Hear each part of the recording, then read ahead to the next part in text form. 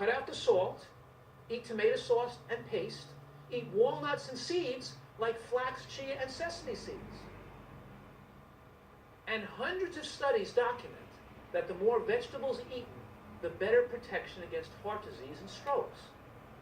For example, when researchers followed 65,000 people for 8 years, they found 4 servings of vegetables a day reduced risk of death by 64%. The size of this effect is staggering.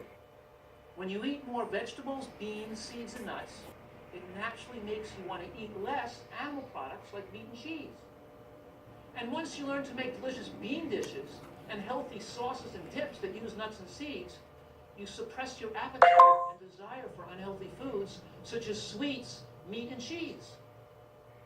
This is so important because when you eat less animal products, you dramatically lower your risk of death from heart attacks and strokes too.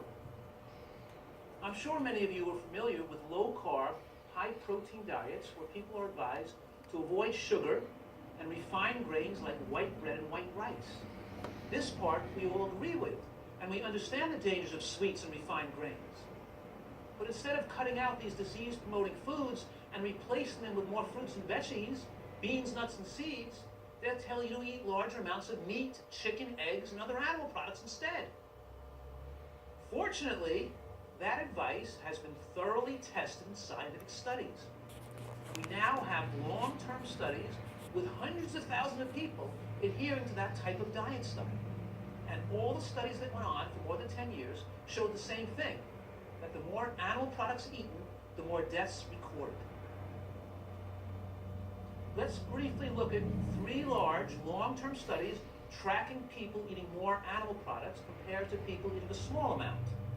First, the study published in 2010 followed 129,000 people for 20 years. They found a 43% increased risk of death in those eating more animal products. Then in 2012, a study published in British Medical Journal followed 43,000 women for 15 years, demonstrating a 60% increased risk in heart disease deaths for those following this high-protein, low-refined carbohydrate diet compared to one much lower in animal products. And then, in 2014, another 18-year study came out finding a 75% increase in death in those eating higher amounts of animal products. Animal products comprised 30% of total calories for the group of people eating a high amount of animal products in this study, and it comprised less than 10% of total calories for the low animal consumption group. There's no controversy here anymore. To protect our hearts and our lives, we have to curtail consumption of animal products. The preponderance of evidence is overwhelming and indisputable. Yet we still have most Americans eating eggs, meat, cheese, and poultry at almost every single meal. We do these expensive long-term studies that take decades to ascertain their findings, and inevitably we find that the way Americans eat is very dangerous. I realize many people are upset by this science. It hits some right in their pocketbooks, and others just want their ice cream and cake. They want their meat and cheese. And no lousy, stinking study is going to stop them. They can always find some other industry-sponsored study designed to create doubts they don't have to change. Billions of dollars are spent by special interests trying to disavow what has been established as fact. It's like Copernicus fighting the authorities trying to establish the sun, not the earth, as the center of the solar system. Eventually, everyone had to accept the inevitable, but that occurred 150 years after his death. I'm grateful that many of you are grasping this now before I'm dead.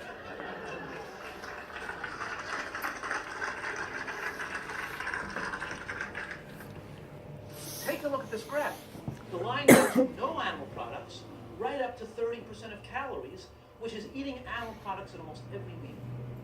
Note that above 25% of total calories from animal products places a population at a very high risk of heart disease, and most Americans average above 30%. Many popular diets, including some paleo diet devotees, as well as some personal trainers, advise people to eat over 50% of calories from animal products. placing their clients at very high risk of an early death. Look, nobody can deny the science here that for very effective protection against heart disease, we have to consume animal products below that 10% figure. And if we really want to guarantee reversal of a heart condition that already exists, we should most likely drop that amount of animal products below the 5% of total calories. For a 2,000 calorie diet, 5% is about 8 to 10 ounces a week, and 10% of calories is about 15 to 18 ounces per week. So a person can keep their intake within even the lowest range by not exceeding about 1 or 2 3-ounce servings, the size of a deck of cards, only 3 or 4 days a week. Red meats are about 100 calories an ounce, and lean white meats and fish are about 50 calories an ounce.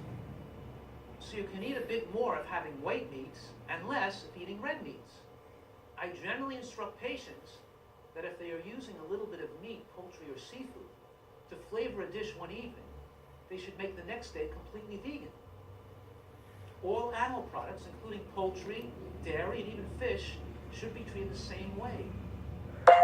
Less animal protein means less cancer, too. It's very important.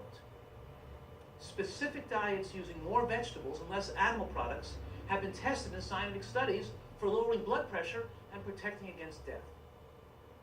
The DASH diet is the most well-known of them and is the diet most recommended by physicians. This diet has been sponsored, promoted, and tested by the U.S. government's National Heart, Lung, and Blood Institute. Wow! It's the only diet officially recommended by the government, so it must be one of the best, right? Wrong.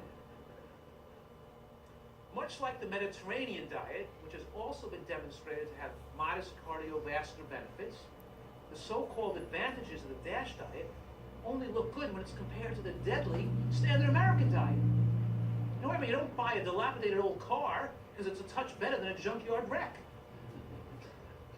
When we compare the outcome of people eating the DASH diet to a study of 443 people following my program, we saw the nutritarian diet lower systolic blood pressure more than twice as much as the DASH diet. The low-sodium DASH diet lowered systolic blood pressure about 11 points, while the nutritarian diet dropped it a revolutionary 26 points.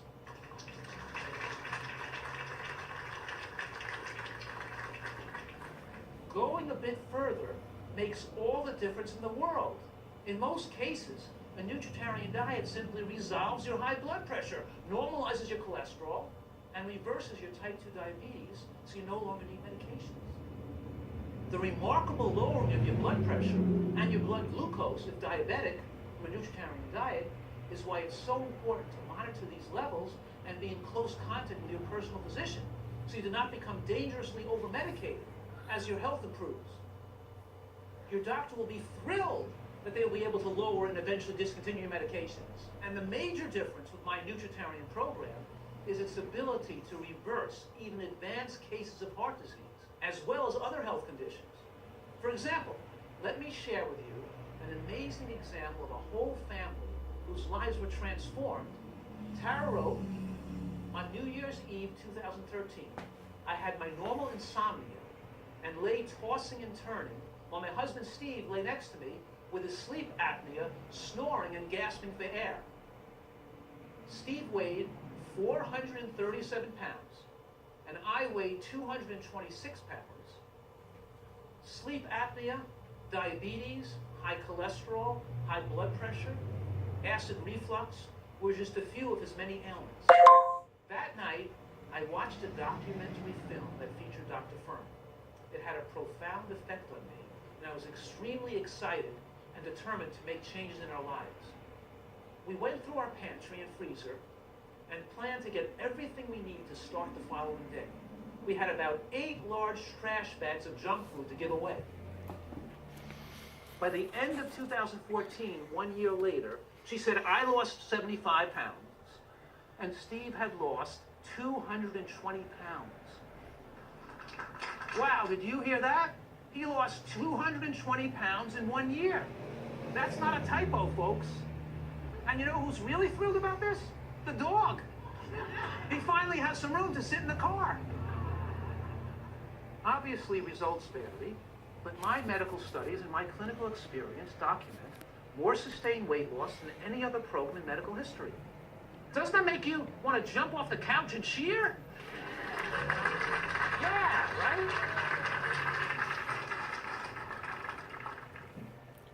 So why bother to exercise, eat right, or lose weight if we could just pop some pills? Right now, the vast majority of people over 65 are taking blood pressure lowering medications, making them the most commonly prescribed class of drugs in the United States. Yet they have serious health risks associated with them that are rarely discussed. For example, calcium channel blockers are a commonly prescribed class of blood pressure medications that have also been linked to higher rates of cancer.